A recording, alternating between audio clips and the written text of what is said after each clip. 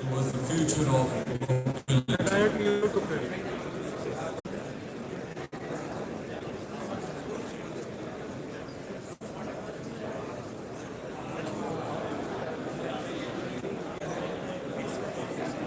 वो अभिजीत को phone check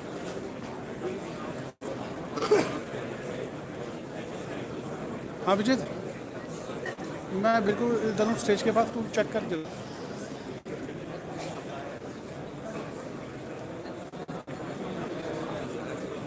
अरे मैं बिल्कुल स्टेज के पास में ही हूँ उधर लगा रखा मैंने और एक काम कर तू आ जा हाँ फ्रंट से आ जा ना मैंने लाइव किया हुआ है एक बार चेक कर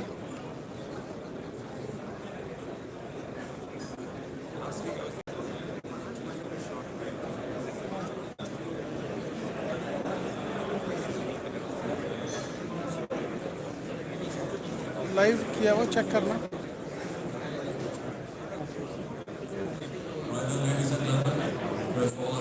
साउंड वगैरह चेक करो just about to begin our next session.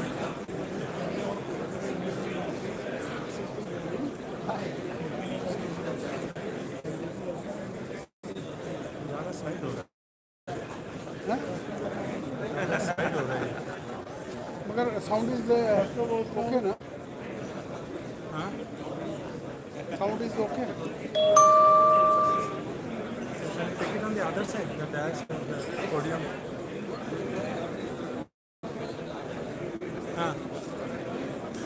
You will be shifted.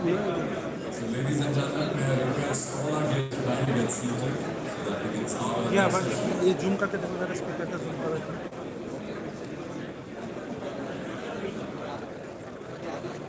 It's quite clear, right? Clear.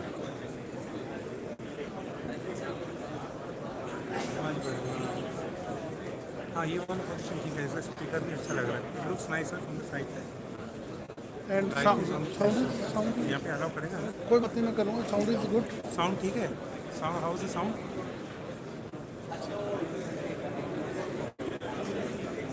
No. Positioning करो ना. वो मैं कर लेता हूँ कर लो. Between. So ladies and gentlemen, I request once again to kindly get seated. I'm just about to begin our next session. नहीं. Right से लो. इधर से होगा ना Yeah. नहीं बैकग्राउंड चाहिए.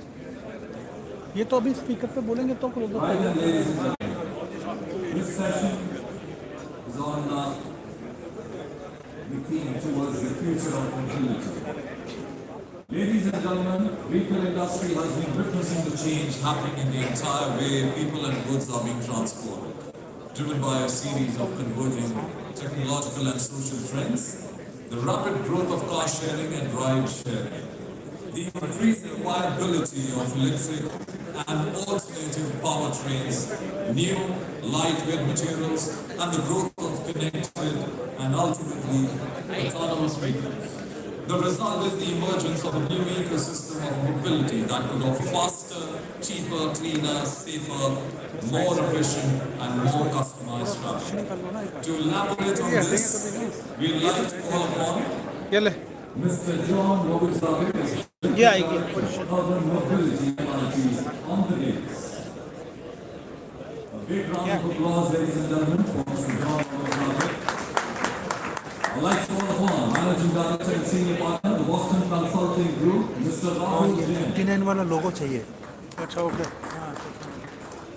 आप करो तो zoom करो. I'd like to call upon Managing Director and CEO. आप no you will do it. थोड़ा जल्दी करो शुरू हो रहा है. And Managing Director and CEO, Mercedes-Benz India, Mr. Martin Peter. हाँ Schmidt. करो ना इसका. अच्छा हाइट हो जाएगा हाँ तो हाइट करो ना खोलो स्टैंड खोलो. And Deputy Director General SIAM, Mr. Sugato Singh. Phone में आ जाओ. Big round of applause, ladies and gentlemen. for our guest honorees. Ladies and gentlemen, may I request all of you to get seated, sir?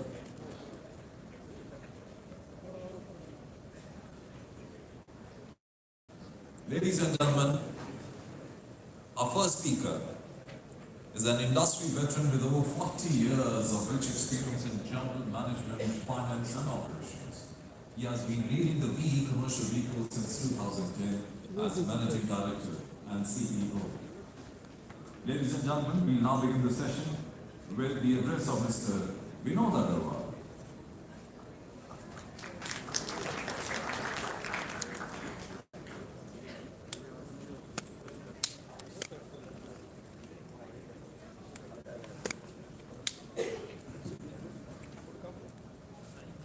Distinguished dignitaries of the dais, Mr. Rahul Jain, Mr. John Mohanjade, Master Friend, Royal of the auto industry present today, senior government officials, August gathering, ladies and gentlemen, very good afternoon to all of you.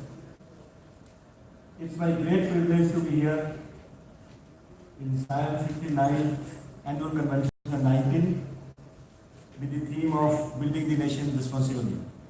And it's my honor to open an important and very relevant session towards the future of mobility. We have distinguished speakers for this session who are internationally renowned, and we will hear from them about national and international trends in the area of future mobility. Before we do that, let me take this opportunity to share my thoughts on this topic. I know currently all of us are busy tackling the worst phase that the entire auto industry is going through. But at the same time, we have to continue to plan for the future. And as part of that, we have to not only track the global mega trends on the future mobility, but we have to plan to adopt the same appropriately to secure our future growth. The Government of India, under the Automotive Mission Plan 2016 to 2026, has taken an ambitious target of propelling Indian automotive industry into the engine of Make in India steadily, increasing its GDP contribution from current level of 7% to 12%. The bold aspiration for the automotive industry creates abundant opportunities and with it the new challenges. As part of that, one of the important areas where there is an increased push from the governments world over is promoting alternative clean technologies such as electric vehicles. Multiple cities globally are rethinking how the mobility should be reshaped for the cities. Some of the areas that are being conceptualized and rolled out are driving towards more and more public transport, improving utilization of vehicles through shared mobility, thinking through methods to use non-motorized means more effectively. All of these will dramatically change the mobility landscape in the future.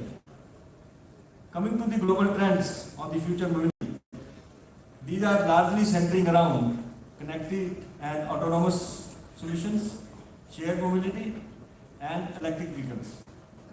In the developed economies, the trend of mobility is focused more on the connected and autonomous solutions. This is a natural progression for them to make the ecosystem more efficient and convenient. In China, the focus has been more on electric vehicles. They are also moving very fast on autonomous and shared mobility. They are also looking at futures. In India, while electric vehicles are certainly the way forward, but at the same time, internal combustion engines will also continue to remain relevant. We have to monitor all other technological developments and mobility trends and decide what makes most sense for us. Let me give you some points for us to think in the Indian context. While the autonomous technology makes perfect sense for the developed world with the kind of road infrastructure along with limited population, however, for us in India, autonomous driving may not be a high focus area for the immediate future. Perhaps we would need to focus more on driver assist than autonomous technologies. Some of the relevant technologies for us could be like advanced or parking assist, etc. The second most important challenge that we are currently facing in India is the congestion in cities, with growing vehicle population coupled with shortfall of road infrastructure. Based on this challenge, the shared mobility can perhaps play a vital role to help in decongestion.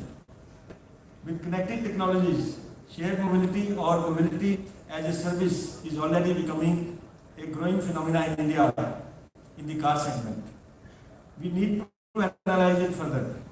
However, in the case of majority of the app-based shared mobility, users could be the ones who earlier were using buses or metro.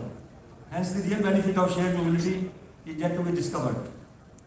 The third area is the potential to grow per capita vehicle population in India that is significantly low. Mobility also needs to grow to support the economic growth of the country. Thus, the trend in future of mobility need to be carefully studied for proper planning and securing future growth.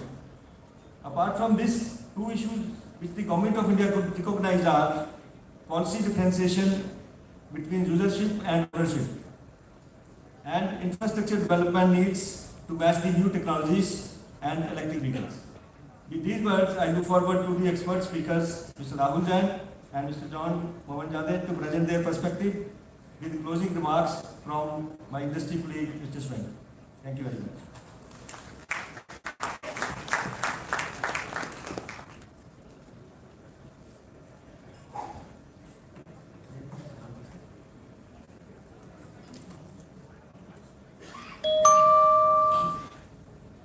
So good morning everyone, and warm regards to all the dignitaries and all my colleagues in the industry. I think as we look at this topic, it's a bit peek into the future. So the central question we always ask is how will the mobility be in future, right? And how will it disrupt our current business paradigm, the way all of us conduct business today, right? Whether it is as an OEM or as a supplier or as an associated industry. I think before we delve into what is changing, we should ask why. And there are, in our view, three different drivers of this. On one hand, the consumer is evolving. We look at the urbanization levels, we look at the openness to have shared economy. It comes from a deep-rooted consumer evolution. On the second hand, you see big technology evolution. You see big data analytics, availability of connected ecosystems, mobility software like never before. And on the third end, there is this significant government push to actually curb congestion, to curb pollution, to shape the urban mobility, smart cities. So it's the congregation of all these three, the consumer, the technology and the government push, which creates a new paradigm which we are looking at. I think if you look at the highest level what is changing, we are changing and we are seeing this globally, a big shift in the profit pools. If you look at a 2017 profit pool globally, it was very focused on classical pools, whether it is components or vehicle sales or financing and aftermarket, right? And now you see the emergence of the new profit pools, whether it is the AV and the BEV components, or it is data and connectivity and associated businesses, or on-demand mobility. And what you will see in times to come, if you take a forward-looking view in 2035, it is not like the classical profit pools vanish, they stay. They in fact grow a little bit as well. But what you see is emergence of a completely new set of profit pools, which are derived from this new evolution. And this is very important because as a classical player, either I can continue to play on the left side of this page and let newer players take space on the right side, or we can reinvent ourselves to expand our business model to continue to serve end to end. And that will require newer skills. It won't be done with the same approach that we had in times earlier. So coming to India, this was a bit of a global perspective. It's not very different, to be honest. The pace may be different, and as our colleague mentioned, I think, for example, autonomous may take a bit longer given how India is, but we eventually always get there, sooner or later. If you look at any industry paradigm over years, right? I think we will see the shift here as well, and there are four big shifts I want to talk about. The first one is the new energy vehicles, which I think is a hot topic. Everyone knows. Our esteemed minister earlier in the morning mentioned as well. The second is the shared mobility, which is a reality, right? It is a reality driven by the consumer, it is a reality driven by the mindsets, and we have to embrace it. The third is the connected vehicles, and fourth is therefore what do you do with the consumer journeys of purchase, sale, disruption come along. And what you see as a result of these is new forms of competition. You see new technology platforms, you see new automation experts coming in, you see different kinds of powertrains and scale there, you see new kinds of component suppliers from different kinds of countries which we are not historically dealt with. And you start to also see lots of partnerships, because not one company alone can deal with this full challenge end to end. So you see partnerships with cities and governments on one hand, you see partnerships with app developers who bring that skill set, you see partnerships on charging and infrastructure side, and you also see industry-wide collaboration to create solutions. So if I pick these one by one, I want to start with the new energy vehicles, right? There's a lot of talk in every whether it is on four-wheelers or two-wheelers or every part of the value chain. Where will the adoption come from, and what will drive this? I think fundamentally India has always been a cost-focused economy. So it's important to start with cost and say, okay, where does cost start to play, right? And depending on the vehicle type, the parity starts to come at different points in time, right? In some some parts of the ecosystem where you have good subsidies and government support, you start to see even now parity coming in, like e-buses.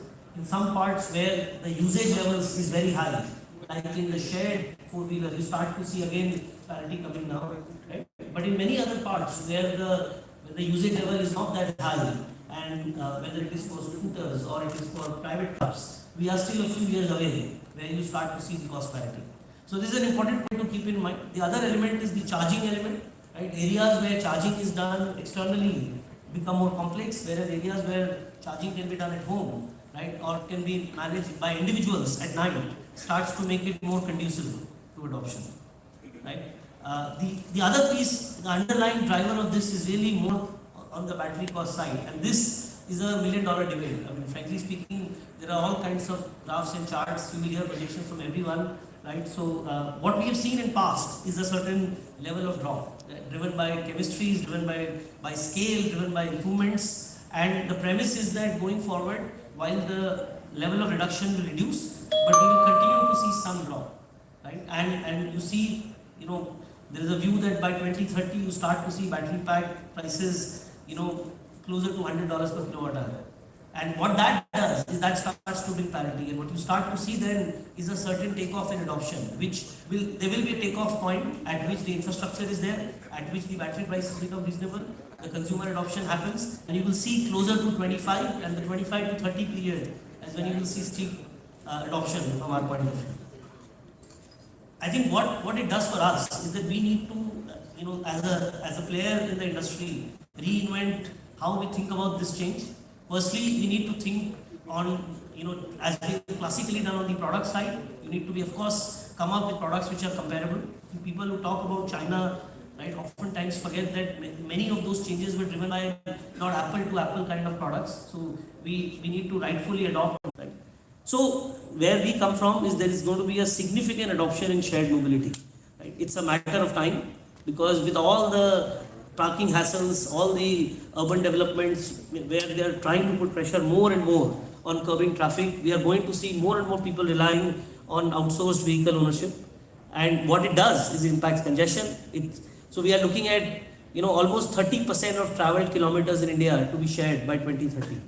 And that's a pretty significant mix. And if you look at today itself, the generation Y or Z, whichever way you define them, they hail at least 1 week, and that's the data in cities.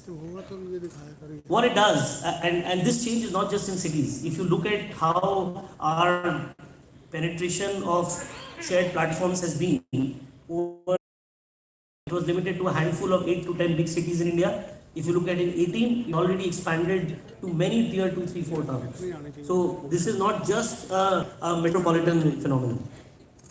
So what it will do is, therefore, it will create mobility pressures. And we talked about cars. You'll actually start to see this also as the evolution happens on both two-wheeler and three-wheeler. And as we think about traditional infrastructure and public infrastructure coming up, actually the last mile connectivity will become even more challenging. And that will require more shared mobility, especially on two-wheelers and three-wheelers. And over time, you will also see CV shared mobility for certain platforms. And that's the evolution we see everywhere in the world. To be honest, already within two-wheelers, we start to see certain platforms not as prevalent as the car platforms, but who are beginning to move from dock to dockless, and we are talking large numbers, whether it is in Bangalore or NCR, that we see the evolution happening. So, as an industry player, what do you need to think? We need to think of what positions are we going to take beyond the vehicle, right? Are we going to take a position in ride hailing, and how do we think about that business pool? How do we think about ride sharing, which is a slightly nuanced version of hailing, but again, there are several business models there. Do we think about car sharing platforms? Do we think about multimodal platforms? Do we actually think about micro transit platforms, which will become very critical on the last mile relevance level? Right? And do we partner? Do we get in ourselves? How do we influence our vehicles, our go-to-market, our service delivery? All of the elements need to be reinvented in line with this future mobility evolution. I think being passive is not going to be a choice, given the speed in which the transition will happen. I think the third area I wanted to cover was connected vehicles.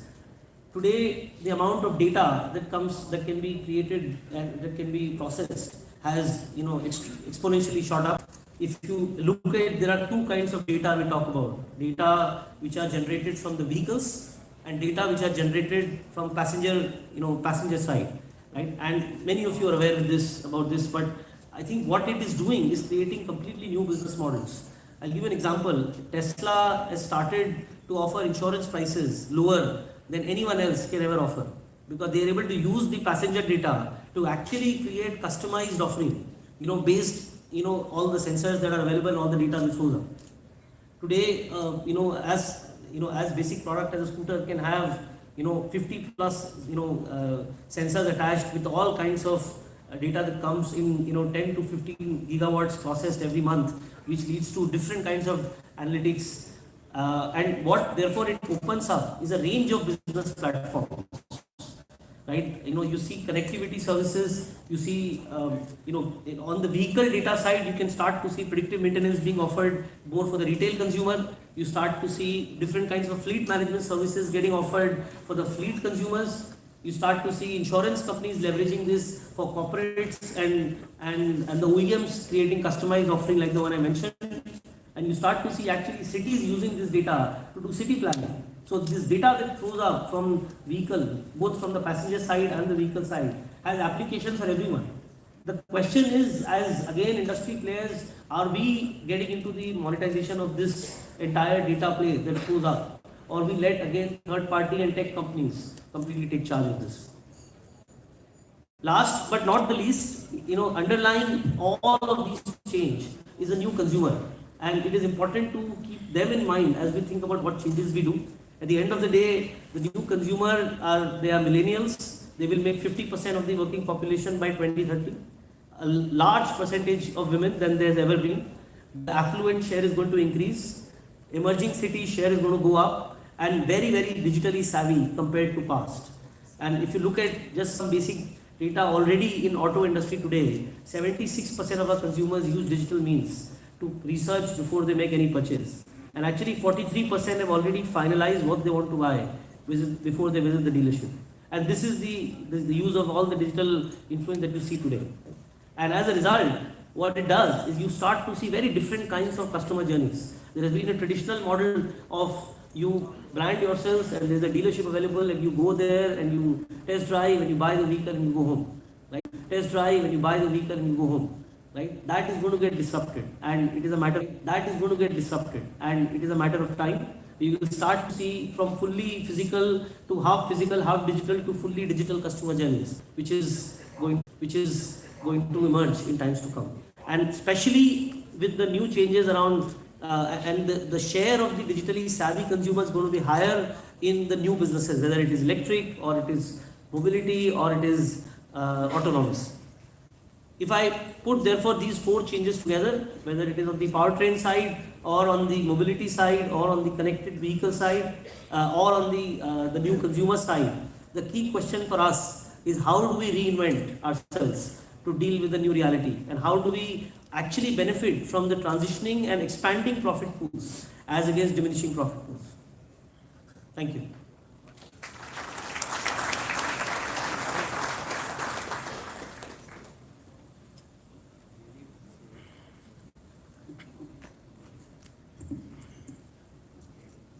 Thank you, Mr. Jain. Ladies and gentlemen, our next speaker possesses more than 18 years of experience in autonomous vehicles and urban mobility, security of the international travel system, drones, and future of the airspace and advancing seamless integrated mobility, trade facilitation, tourism competitiveness, supply chain resilience. He's also an independent advisor to several companies that promise to transform transportation. He's an expert and thought leader on the future of mobility. Please welcome Mr. John Mobinsade for his address.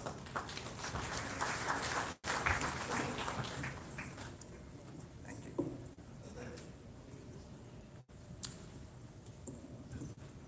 Great. Well, first I'd like to thank the SIAM Director General, Vishnu Mathur. I'd like to thank my good friend Sugato Sen for inviting me back here. It really is a great pleasure to be back in India. I was here 3 years ago talking about the impact of the fourth industrial revolution on the automotive industry. And today I'd like to talk about a different topic, which is something that I would call the concept of systems leadership and how automotive companies can exercise systems leadership to shape the future of urban mobility. So I'll be speaking today primarily about cities. Now, this is a very similar chart to what we've just seen. I think it's always worth taking a step back and asking what is fundamentally driving change. Ignore the noise, ignore the newspapers for a moment, and think long-term, what's driving change? And I do think that these are the fundamental drivers. Just to take urbanization, for example, I have a 9-year-old at home.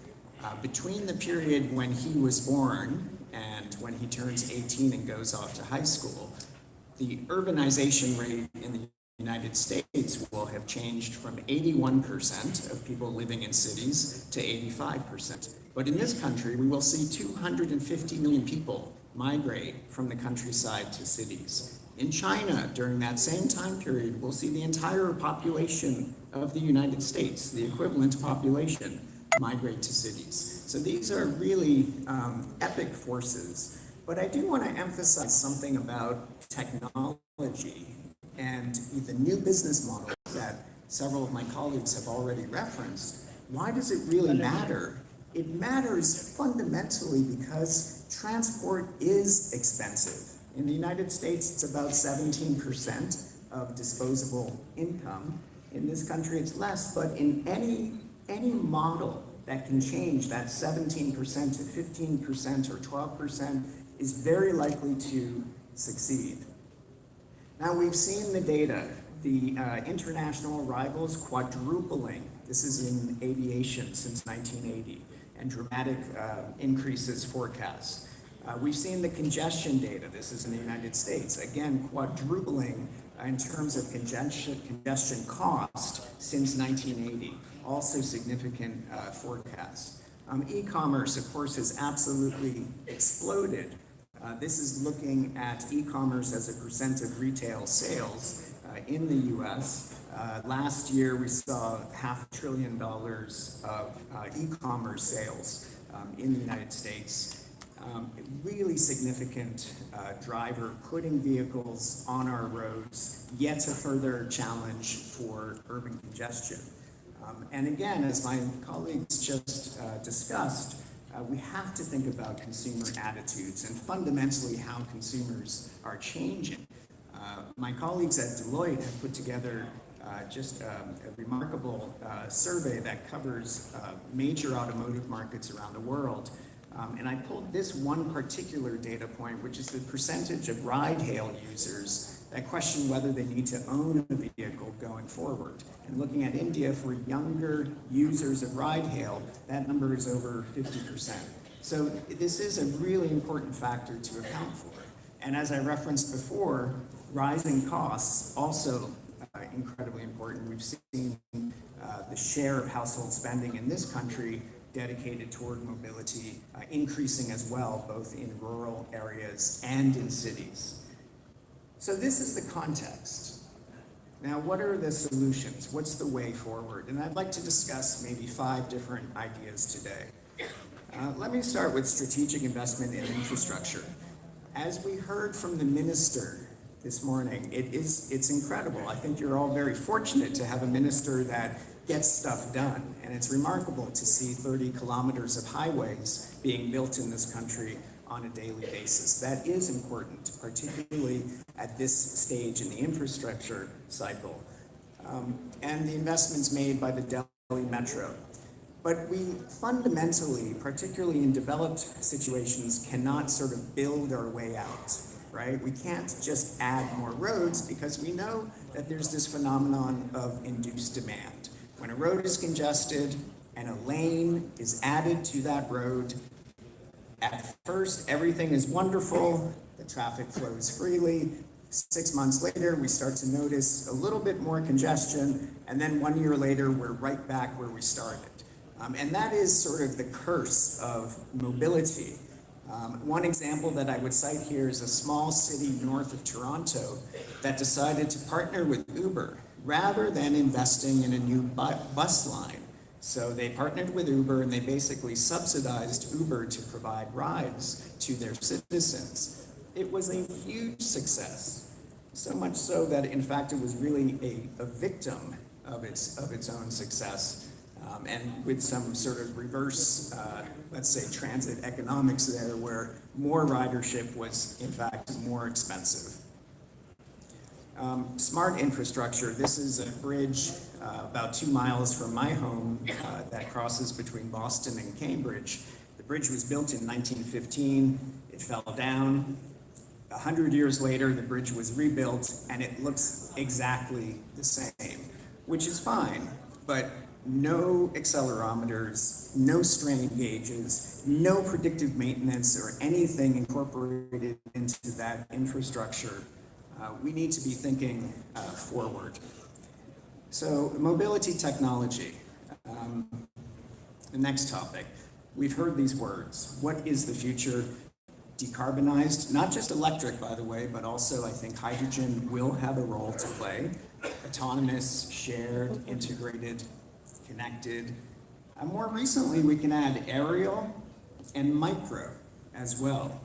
And when we combine autonomous and shared and integrated, we unlock huge amounts of value in the ecosystem to more efficiently move people through our cities. And that's just, I think that's a really exciting opportunity in mobility. Now, I'd like to reference some work that I did when I headed mobility with BCG, where we looked at the city of Boston. We did some analysis and essentially asked people who lived in the city of Boston how likely they are to make certain decisions. It was a conjoint analysis.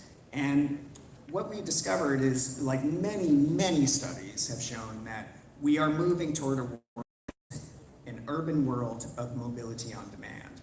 And as autonomous technology advances, autonomous technology will be a big part of that world of mobility on demand.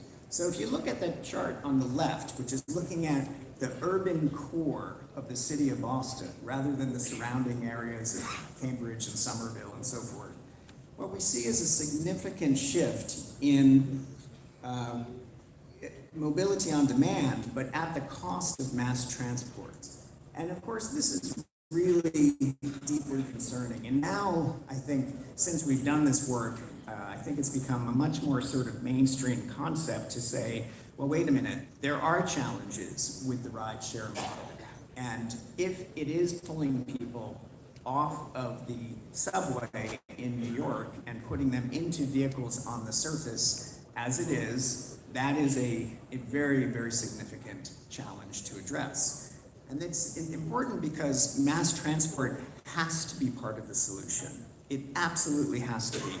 Anyone who thinks that you can take the population of the London Tube, bring them up to the surface, put them into autonomous pods, and shuttle them through the city, and have a better mobility outcome, well, I would disagree with that prognosis.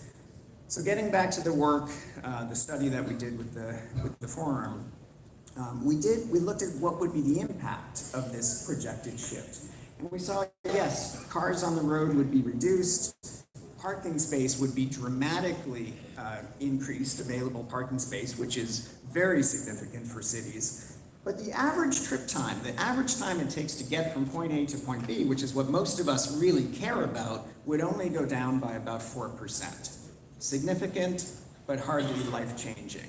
And when we look into that in further detail, we can see that actually congestion within the downtown core actually increases by about 5%. So this combination of mobility on demand, much of which we anticipate ultimately would be a kind of robo-taxi model, would actually make traffic worse in the downtown core.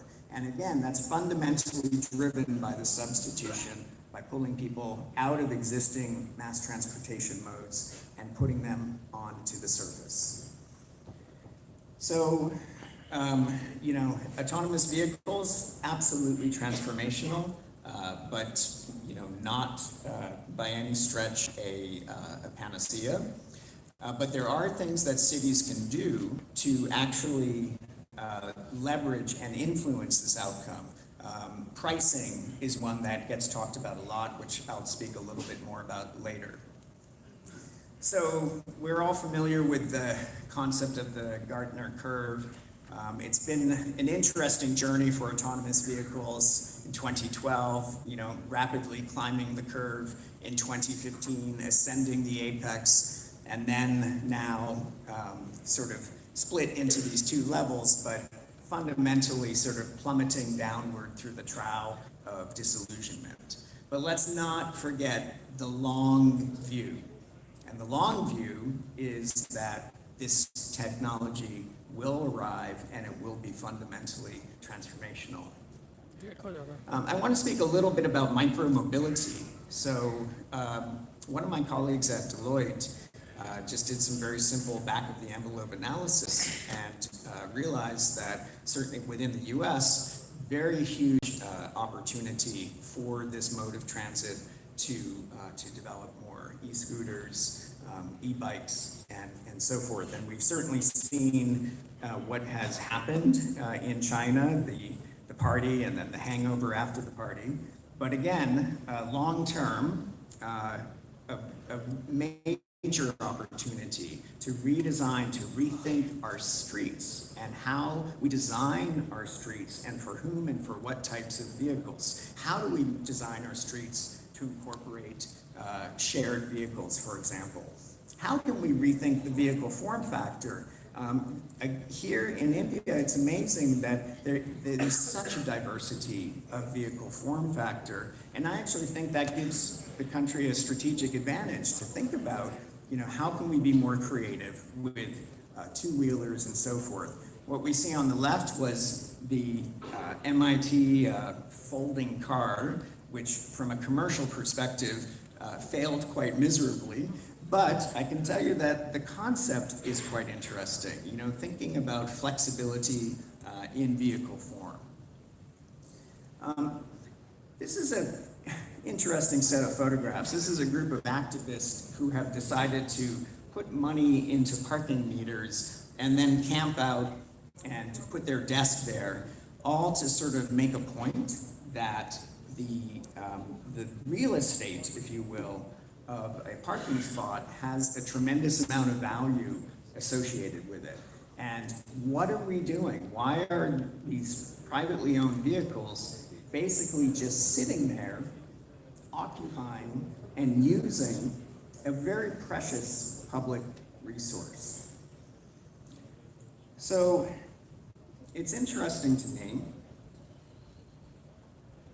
that a car company, Ford, decided to create something in the US that they call the National Street Service, modeled on the National Park Service, to really kind of engage the public, the type of engagements that we would do at the World Economic Forum, where you bring people in and say, well, what do you think streets are actually for? And based around this kind of value set of guiding principles to say, well, streets are really for people, and they belong to all of us, and they are places in and of themselves, and somehow they have to reflect our values. And I think that this type of design thinking is going to become more influential and more important, and should very much be on all of your minds as you think about the future of the auto industry here in India.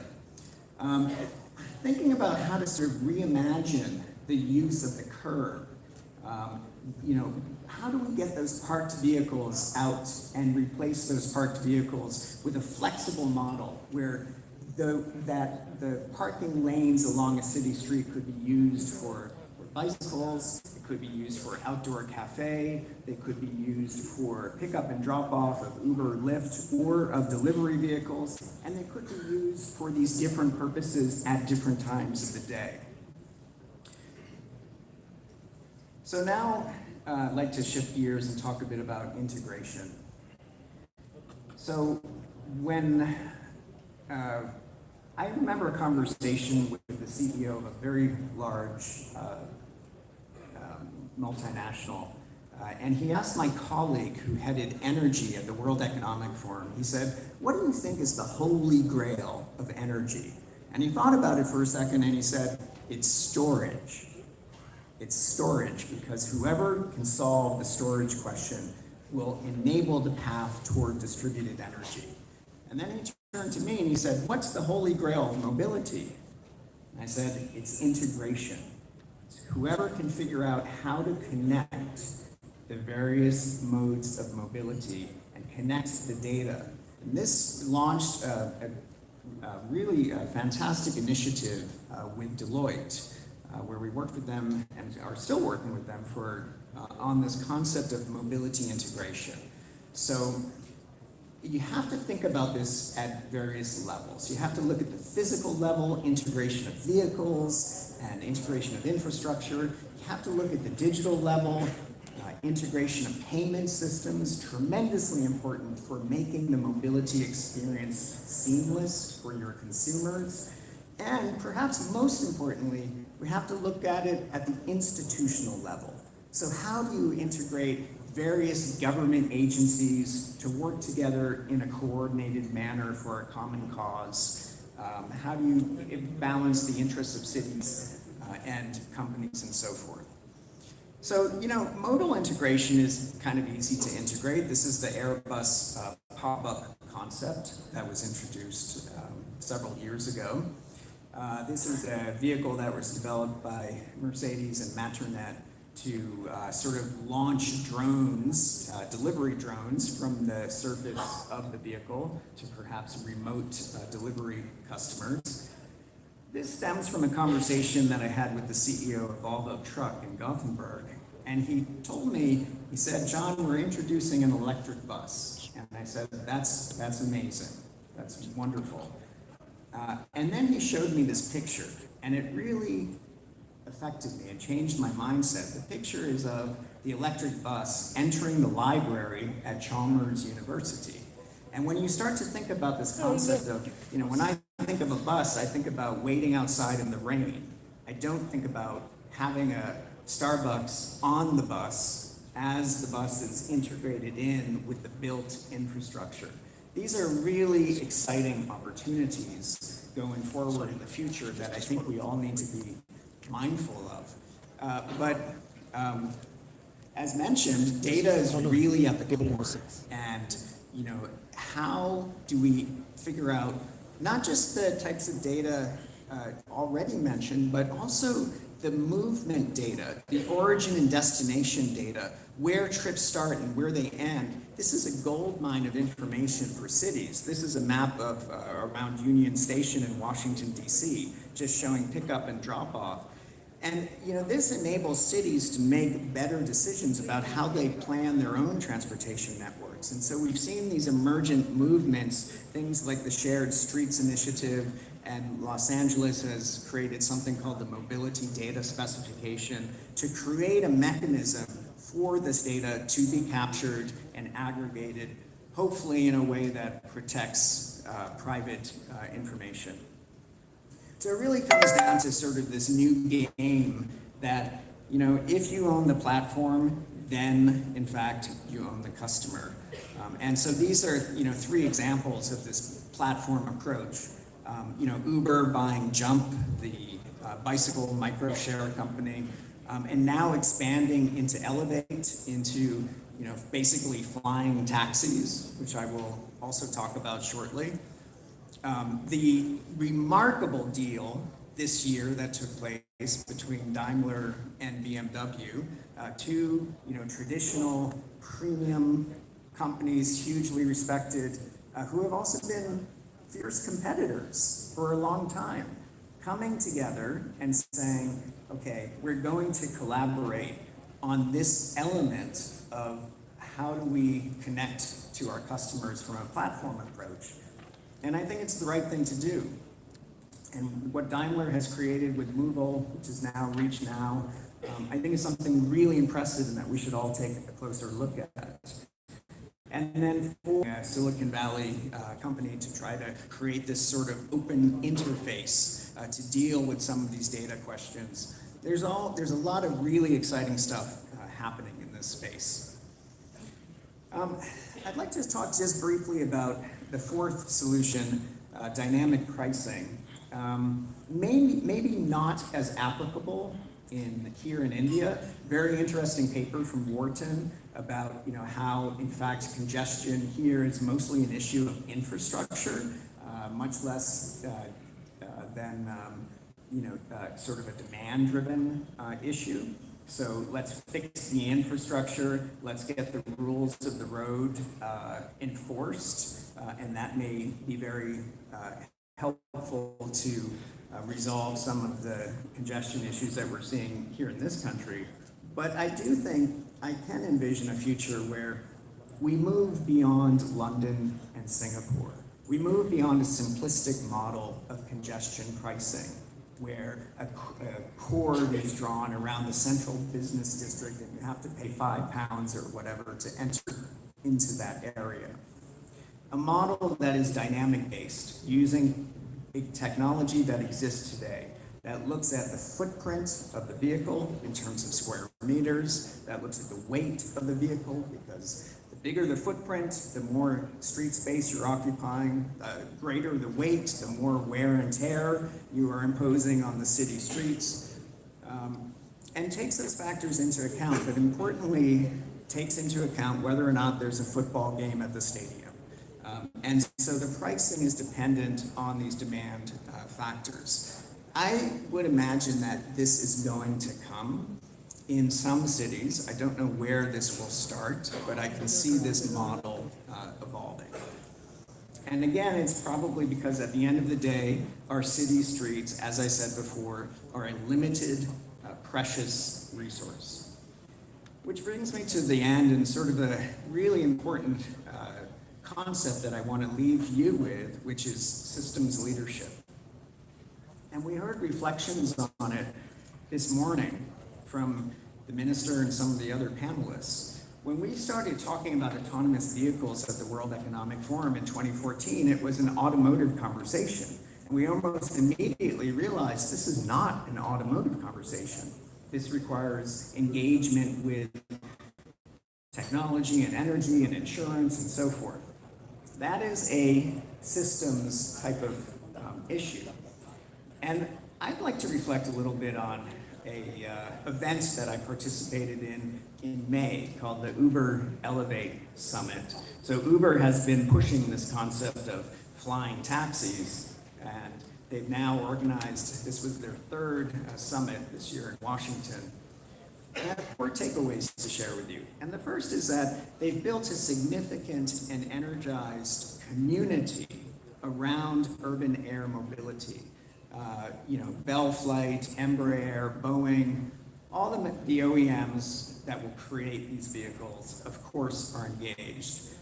but the supply base, the architects that will build the skyports, the various government agencies, the FAA, the DOT, NASA, they are engaged in this very ambitious concept. And I think that is laudable because this is something that fundamentally has been driven by one company. Their vision to expand its rideshare platform with urban air mobility, to integrate, getting back to that concept that we've been working on at Deloitte of, vehicle integration, modal integration, that is very much at the focal point. So if you can see on the right here, there's a little picture of one of the skyports. The skyport is designed to have Ubers pull in, drop off, but it's also designed for bicycles and pedestrians as a kind of transportation hub. And at this conference, Uber announced that they're launching the Uber Copter in New York City. So for now, if you're a premium customer with them, you can fly from JFK to downtown for something like $225 in a helicopter. So that's their sort of baby step in moving toward this grand vision. But the CEO articulated it saying, we need to move into the third dimension because that's what's going to solve the surface congestion. We also see something emerging that I would call agile governance and regulation. If you're a regulator, you want to make sure that planes stay in the sky. That it's the culture of the agency is extreme safety. It's a risk-averse culture. And so to have the individual, the government policymaker who's really responsible for thinking about how do we engage with this new technology that is moving so quickly, and to say, look, let's take an iterative approach, rather than saying we have to get it absolutely perfect the first time, I think is quite notable. And finally, they're trying to test this out. So working with Los Angeles, working with Dallas, and working with Melbourne, Australia, to prove the concept. To me, this is systems leadership. So what is the role of government in systems leadership? It's basically for government to say, let's set the goals. Let's not talk about how we will achieve those goals. I'm a big fan of technology agnostic regulation. And this is, by the way, just my opinion here, so just take it for what it's worth. But it seems like this is the way forward, to create an environment where the private sector can participate and contribute toward the solution and profit from their success. It's built around performance-based regulation. What's the role of business? The role of business is to take on, I think, more of this future-oriented strategy, to exercise systems leadership, to seek coalitions that you never would have thought to seek before. Things like Ford trying to figure out, talk to the public about what they want from streets. That's not something that would have happened 5 years ago. And if we think about the bigger context, business is changing. In my country, in the United States, the Business Roundtable, as I'm sure you heard, just issued a statement about, what is the purpose of a corporation? And it's fundamentally different from the traditional model advocated by Milton Friedman, saying the purpose of a company is to make money, period. This is to say, actually, it's more than just shareholders. It is about employees. It is about society. This is not a new concept. My former boss, Klaus Schwab, has been talking about this for 40 years. But it's interesting that it's entered the mainstream, I think, in U.S. business. And by the way, it wasn't just Mary Barra and 200 CEOs. It was also the tech companies and Jeff Bezos in particular, the CEO of Amazon, who signed this short document. So at the end of the day, if we think about urban mobility, we do have to ask the question, is this the best solution, the traditional model of personal use? It's a heavy vehicle, usually weighing 10 to 20 times the occupants that it's moving. As mentioned, second largest household expenditure, and it sits there doing nothing for 95% of the time. It's designed oftentimes for extreme use cases. People buy vehicles that for the occasional family trip, and they actually only use the full capacity of the vehicle 2 or 3 times per year. And as I mentioned before, the large footprint of the vehicle. So I think that the question to ask is not so much how can we make better cars, or certainly how can we sell more cars. I think the question to ask is how can we be part of the solution for better cities? And that, to me, is what systems leadership is about. The Italian company Piaggio has set up an innovation group in Boston, and they just completely created something quite different from the scooters that they are so well known for. This little Ita robot that essentially follows you around like a puppy dog, and you put your groceries inside this robot and it follows you down the sidewalk. What I like about this is that it's rethinking what's the question first. It's not saying we make scooters, so how do we make a better scooter? I'm wrapping up here, trivia question. Who's the largest producer of electric vehicles in Germany? So you can look at this and pick your own. And in fact, the answer is this small company, Street Scooter, that was acquired by Deutsche Post DHL. And this all started because the German post office needed a way to deliver parcels, and they were looking for an electric vehicle. And they went, of course, to the captains of the German automotive industry, who basically politely said, well, thanks, but no thanks. And this professor at the University of Aachen said, I've got something, I'll work on this. And so it is maybe an example of what not to do, how not to constrict one's business decisions to a certain limited space. And so with this, I just want to conclude with a slide that I presented 3 years ago, because I think it's relevant. The challenge in this industry is to play an old game and a new game. And the old game is a volume game about selling cars, and a new game is a value game about delivering solutions and experience for people. The old game is focused on the product, the new game is focused on the service. The old game is about ownership, and the new game is about usage. The old game is very sort of personalized within the individual or the individual's family. The new game is a shared game. The old game, of course, is traditional driven. The new game is autonomous. The old game is a market economy. And the new game is a platform economy, a little bit of what I spoke to today. The old game, mechanical engineers rule. The new game, software engineers rule. And the old game is a linear production model. And the new game is a circular economy model. So the challenge for all of you is, it's tough. It's tough to play tennis and chess at the same time. And so I sympathize with the magnitude of the challenge, but I think there's no other way forward other than to engage and to move into this systems leadership mode of thinking. Thank you very much.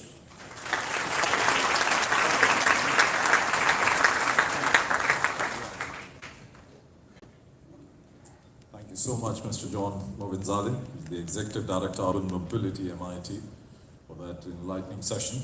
Ladies and gentlemen, we'll now have a question and answer session. You may pose your questions to our dignitaries on the dais. You may raise your hand so that our associates can reach out to you. And kindly introduce yourself and your organization before putting up a question. So, I see a hand right there in the middle.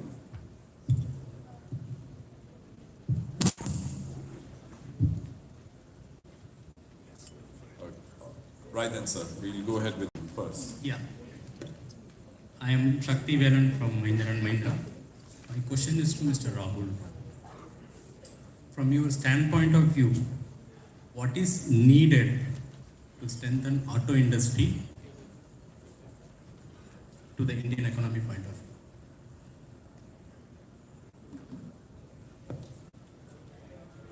I guess this is a slightly disconnected topic from the future mobility, living more in context of our today life. Right? I think the good news is it can only go one way from here, which is up. So let me start with some humor. But I think I don't, I personally don't believe in any panacea or any instant medicine. Right? Any kind of, any economic slowdown is a result of a lot of things, and then any revival also takes a significant effort. So what we see today are, I think, three different forces leading to this situation. I think there is a force which is more specific to the truck industry around the whole, BS6 and the regulatory change, and that drives some impact. There is a force which is around the consumer sentiment, which impacts all the personal purchases, which due to a variety of reasons, if you talk to your friends and neighbors who are going to buy cars or who are going to buy, any vehicle, many of them have deferred, and it comes from, why do people defer buying vehicles? Right? They do it because something doesn't fit right. They don't want to commit substantial capital in the short term, right? As long as the outlook for the next year's bonus or the increment or the stability in their jobs or their businesses is not looking right? And so it's a deep-rooted consumer belief on how their livelihoods are looking in the next years to come, and therefore people defer purchasing. And the third driver is a much more, macroeconomic led, whether it is the ability to finance vehicles or the liquidity in the system, right? What we see today in terms of the acute slowdown is a culmination of all of these three different factors. None of these are solvable that easily. Right? The consumer sentiment, which is probably the biggest issue, requires reviving the overall economy, which is not a trivial task. I think there are a slew of measures that the government has to do. There are a slew of things that the industry itself needs to do, and we need to get to from a larger picture point of view, our penetration levels are abysmal if you compare any benchmark. So I continue to remain optimistic for the medium and long term. Right? Any shorter term, demand challenges because people don't feel right in buying cars, to me are tides we will overcome. Right? Whereas the whole financial challenge in terms of financing vehicles and the liquidity in the system and the SME lending, that is a real macroeconomic issue which I think government has to address through multiple forces. Right? I think through a combination of GST and DeMon earlier, and now the whole NPA and the banking liquidity crisis. We have sucked out capital from the system, and there is very high risk averseness in lending, which is real, right? And to address that, massive financial reforms are needed and are underway, and I'm hopeful that over time, we will continue to get financed where deserved, right? And the regulatory evolution, especially where with more efficient vehicles, we will see some demand pare down, is a natural reality we have to live with. So unfortunately, I don't have an easy, there could be some, GST reduction and some shorter term measures that which government will take, and many other actions will, and they will spur up some demand. They do that. Last month, the biggest slowdown that we saw came because there's an expectation that next month the GST will fall. So those do impact month to month, but I think in this forum, we should take a slightly longer term view. And as I said, I continue to remain optimistic. We have somebody right there. Yeah, hi, I'm Rohit from Cummins. Most of the time when we talk about mobility, we restrict ourselves to passenger mobility. So I want to know about what is the future of freight mobility. Any thoughts on that?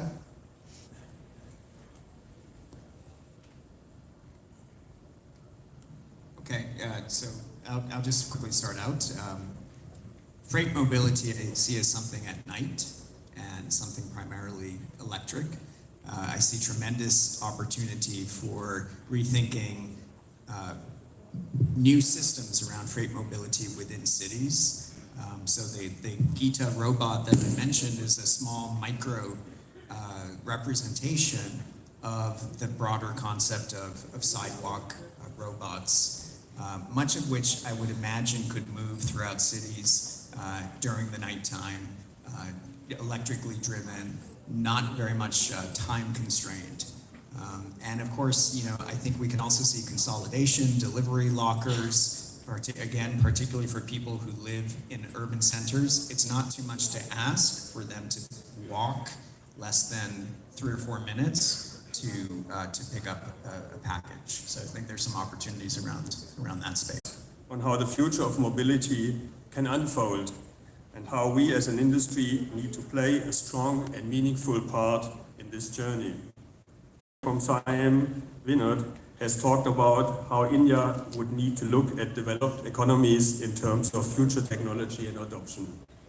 He made an important point that the future of mobility would include everything related to mobility, be it products, infrastructure, manufacturing and consumers.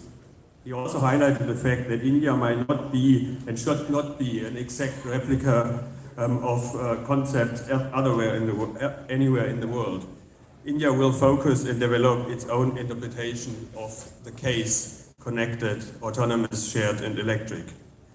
Rahul then took up and talked about how mobility will change in future. He asked first, what are consumers expecting? What is technology doing? And what is the government push leading towards? The answer, according to him, is it will create a shift in value pool. The OEMs will have to change their business model and focus on the dimensions of electric vehicles, shared, connected, and consumers. John, on the other hand, provided us not only with an excellent perspective, but also with a huge amount of ideas. Thanks a lot, John, for that. Yeah, what he called system leadership, and what are the drivers in shaping mobility he alluded to. He suggested creating integrated solutions between cities, their infrastructure, shared and autonomous vehicles, and the role the OEMs could play. I'm not capable of putting any more summary to that because there were so many good ideas. I would like to add a few remarks here and maybe lay a little bit more down to our current earth, quite honestly. Internationally, the auto industry is undergoing major disruption. Digitalization, increasing automation, and new business models of ownership are redefining the mobility. These trends will shift markets and revenue pools, change mobility behavior, and build new avenues for competition as well as for cooperation. The Indian auto industry cannot be immune to global changes and has already started to experience the effects of transformation and disruption. The levels of preparation of the Indian automotive industry is, however, largely under process. The changes in the global context, together with our own domestic developments, also throw up more challenges than ever before. The industry today works toward far stricter emission targets and prepares for the electrification of the respective product portfolios. To achieve the ambitious targets, it requires a strong commitment, a strong financial commitment from the industry as well. I believe the Indian auto industry is ready to take this challenge and master it. For the industry, however, I would like to voice one wish. Regulatory stability and harmonization of regulations, along with international partners, will help us to implement faster, create scale, and sustain profitability. To make the transition to future mobility seamless, we need policies for the auto sector to be technology agnostic and fuel neutral, similar to what we heard before. I believe India is uniquely positioned in the global market in terms of technological innovations, vehicle designing and having world-class manufacturing. But being a mature market with substantial growth potential and readiness to adopt and adapt to global and local solutions will help us to even more towards creating a smooth and road towards the future of mobility. I'm sure we are all convinced and confident about the technological expertise of the Indian automotive industry and its capacity in adopting to latest innovations in automobile technology and leading them into the future. In conclusion, I would like to underline While the government creates the framework and the industry offers the products, it's the consumer who decides at the end what is best for them. It is our common responsibility to offer to this consumer future-oriented and sustainable mobility solutions. Thank you.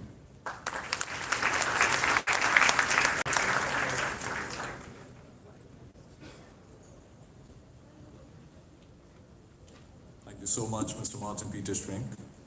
Ladies and gentlemen, we'd like to felicitate our guests, which I'd like to request Mr. Vinod Agarwal first to felicitate Mr. John Movinzadeh with a memento.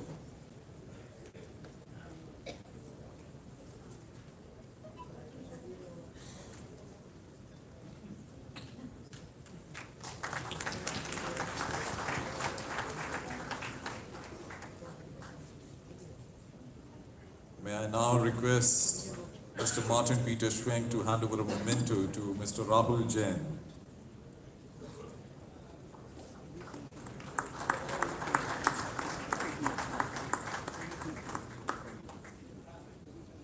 I'd like to request all our dignitaries to assemble for a group photograph.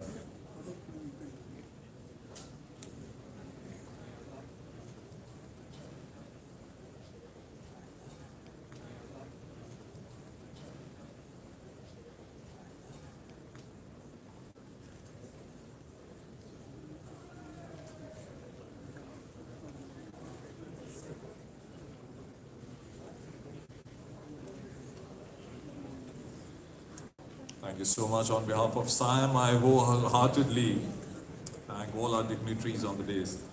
Ladies and gentlemen, we'll head for lunch and we'll assemble here